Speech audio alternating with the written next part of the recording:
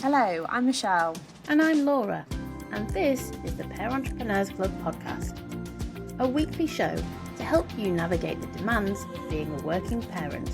We will share lots of practical ideas, hints and tips, and our own and others' experiences with juggling work, family, health and finances. Above all, we want to help you find your purpose, define your identity, and banish any confidence gremlins that might be holding you back from the life you dream of. No matter whether you have children or not, there will be something here for you. Let's get started.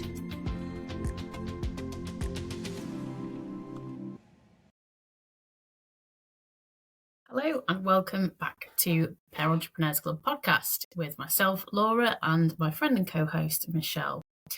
Today, we want to talk to you about a fascinating concept that has the power to transform lives and companies alike, with the power of focusing on just one word. So the idea of this is the heart of two really inspiring books. So one is Your One Word by Evan Carmichael and My One Word by Mike Ashcroft and Rachel Olson. Both of them take a slightly different slant on this, but the idea is the profound impact of choosing just one word to guide your personal and professional journey for a year. So we all make New Year's resolutions and then find that they're broken. And this is just the simplicity of breaking that down and using that in your business or in your personal life. So Michelle, we've done this together, haven't we? And do you want to explain a little bit around the concepts of it?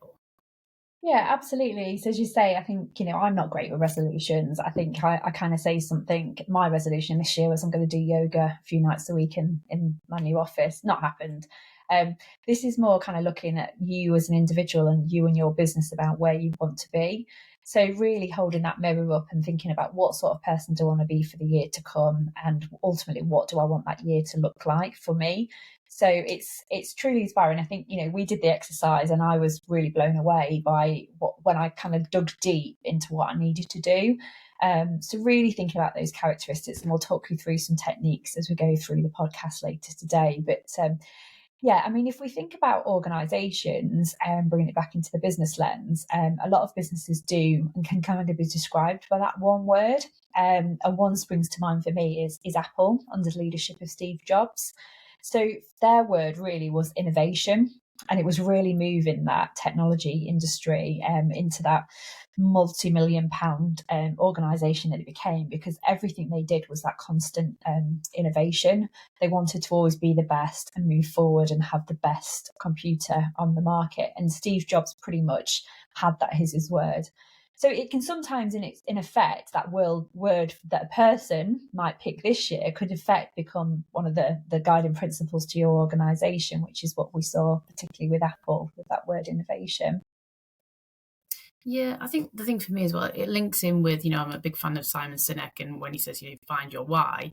And I think we've talked before around the Apple concept of why is it that we do this. So their strapline is absolutely amazing in that.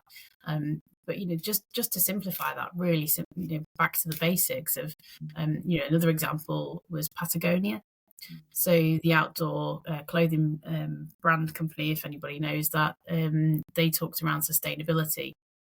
So their big concept was, I know they've gone down the B Corp route as well, but being able to commit to environmental conservation and then having sustainable practices within their business. So they liken that to, that is their one word, that's their biggest driver. And unless it really fits in that, then they're not going to be swayed. So I think that's where it provides that kind of that North Star thinking of, going back to a previous podcast with Will Polston, he talks about this as well, where it's that, what is your North Star? What's your guiding light for the year? And I think if you think of a word for them, that was the sustainability is the thing that really matters to them. Absolutely. And the intention of that one word is to really look out. So actually for you to live that word, and then to look up and discover your word. So, well, how do you actually understand how that word works in practice? And then to look in and prepare your heart for that word as well. So it's, looking out, looking up and looking in. And I think that's really important to remember when we're selecting that word. But yeah, ultimately taking that time to really consider the challenges that you've got at the moment and your current state. So whether that's the personal challenges or business challenges that you might have, what's lacking or what might need improvement, and thinking about the emotions and the experience over the past year that you've had. So it's quite useful. And we talked about this, didn't we, in the previous podcast, about the importance of going back and looking back as well as looking forward. And that's incredibly important when you're thinking about that word, looking at the patterns that you might have and those reoccurring themes. So for me, I'm 100 mile an hour, and then I make mistakes and I get frustrated, and it just kind of consumes the way I live my life at the moment. So just sharing my one word was slower, because I want to be a little bit more mindful. I want to, I've got a good balance, and last year I certainly achieved that, but I'm still 100 mile an hour when I'm at it. So just to slow the pace down when I've got that balance. For example, there might be a weekend with my children. I need to be here, I need to be doing this. I just actually want to take things slower and have that time to be mindful as well. So really envisage that ideal future, imagine it, see what it looks like. For an NLP technique, to actually physically vision it, make it brighter, bring it to the forefront of your mindset and what you do. And how does that look and feel for you? What qualities fit that? How do you want that best life to be? And are you living it? So that's the future goal for this year. What does that personal and professional life look like for you? And the impact it's going to have, not just on you, but other people around you, if you select the right word as well. So we did a really useful exercise the other day, didn't we, where we actually interrogated each other's words and coached each other through that, because I think that's incredibly important as well. When you start to do the exercise and think about your word, make sure you've got the right word, not just necessarily an interpretation. And I know I struggled with that. Is slower the actual right word, or does it need to be something slightly different? So also think about sharing that word with somebody that can also challenge the meaning behind it. Yeah, I think, as well, it's, as we went through finding our word, it's about identifying what your core values are. So what is it that really resonates with you deeply? Because so many times we think of, might think, okay, well, I'll get a list of words and I'll pick one that means the most. And that was kind of how I started with it, really, because I thought, I quite like the idea of, I can't remember what my first word was. But I think it was something like around, having a bit more positivity, or, having more faith in something. I like those words, but they don't really resonate.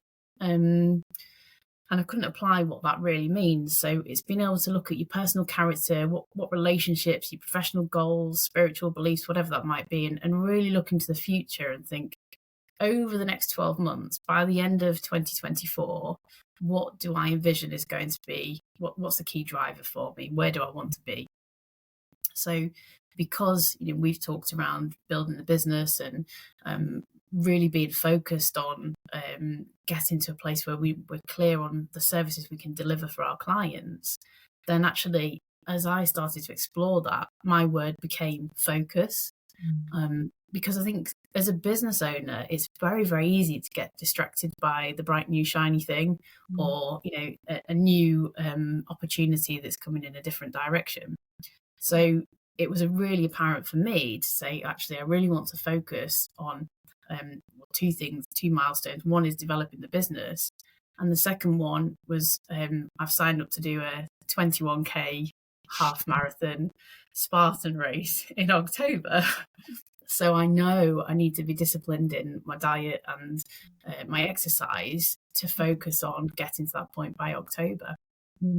Yeah, absolutely. And I think that's so true, isn't it? Like when you think about those initial words, they can be aligned to a certain extent. So mine was, I think, when I've done the kind of background work, and we'll talk about how you get to that word in a moment, but you can so pick a word that you feel resonates for that time and place.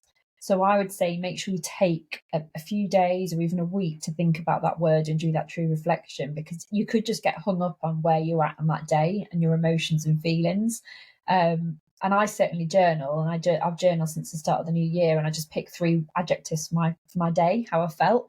And if I look back, the word I picked last week was probably just reflective of the week I'd had, not really a word that is going to move me forward for this year and really emulate what those values are and what I want 2024 to be for me. So really take that time. So brainstorm, get a pen and paper, or even if you've got a phone, and say if you journal, just for the next week, just take that time daily to reflect, what could that word be. I certainly found those publications you referred to earlier. I think it's really useful to maybe read one of those or start reading one of those. I'm quite auditory, so I listened to one on an Audible book and started to listen to the start of that, and it just helped concentrate me. The reason I'm slower is because I couldn't actually get to the end of that book. I've not got the patience. I'm too here, there, and everywhere. So I did listen to the first couple of chapters, but it gave me the spirit of what I needed to do to get me into that mindset of picking the right word as well. So I think it'd be great to really narrow that choice down, as we said before, and really get somebody else close to you. Or if you want, you can use us. We're happy to have a call or an email just to interrogate that, the purpose around that word, just so you choose the right word for 2024. Yeah, and I think, when you're thinking about the words as well, it's about really think about the concepts of those values. So, verbs that inspire action, or the adjectives that describe the traits you want to cultivate and grow over the next year. And sometimes I think one of the big things is to actually talk it out loud. Yeah. So if you're saying it out loud, or say it to your best friend or to your family, does it resonate? Do they see, something in that as well? Can they relate to it? So being able to ask for feedback is probably the next step, I would say. Speak to people you know well, because they might actually offer insights and say, oh, well, yeah, that I can totally see where you're coming from in that. That reflects your, how you are. And then what I always say is sleep on it. So give yourself some time to let your subconscious just mull that over. And for every coaching client that I speak to, I always say what we're doing is we're essentially creating different neural pathways in the brain, and that won't necessarily come to you straight away. So we all know a week later we might have a light bulb moment where it's, oh, do you know, I got my word, because it's just all of a sudden come to me because the pennies suddenly dropped and those pathways have connected together. So being able to just think about that and just take some time to get your selection, I think, is another top tip there. Yeah, I completely agree. And really think how you're going to live it. Take that time to think, what things can you do? So we'd advocate thinking of 3 things to actually help you maintain that word.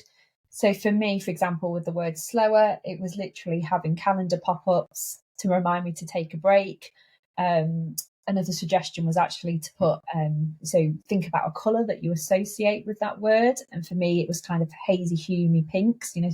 I get quite a lot of mindful moments from seeing a sunset. If you look at my phone, most of my pictures are sunsets. I slow down when I'm doing that mindfulness piece. So just getting an image on my screensaver every couple of hours with a sunset to get me to slow down and think and just have that mindful piece as well. So think about, three things that can help you embed that word and make sure you live to it. And then again, an extension to that is, how can you be accountable? Who in your world can make you accountable to it?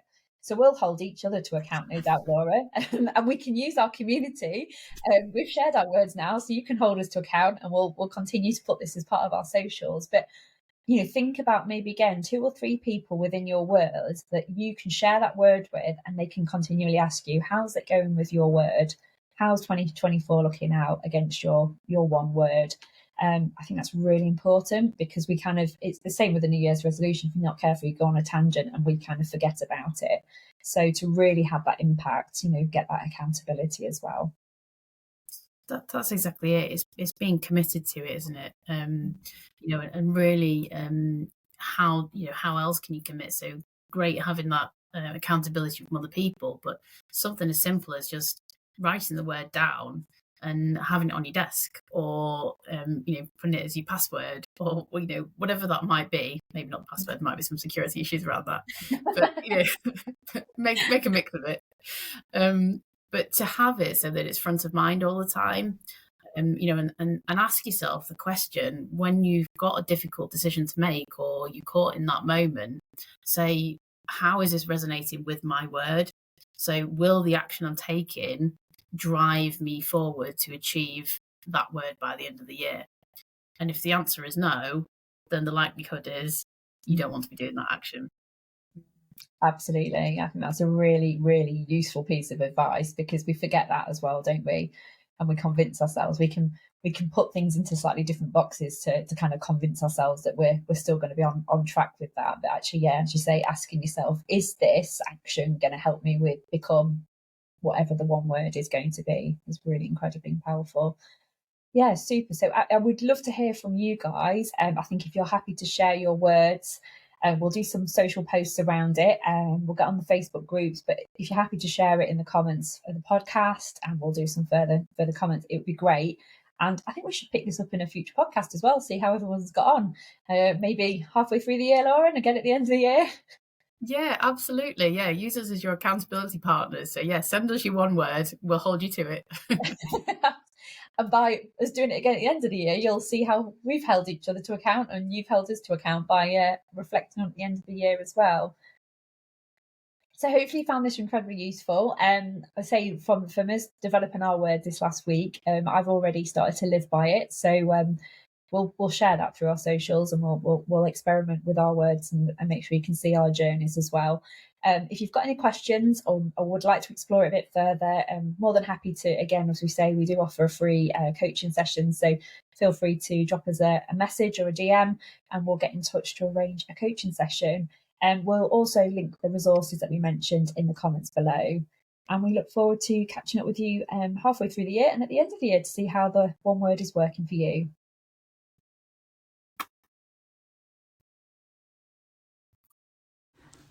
Thank you for listening. We hope you enjoyed it.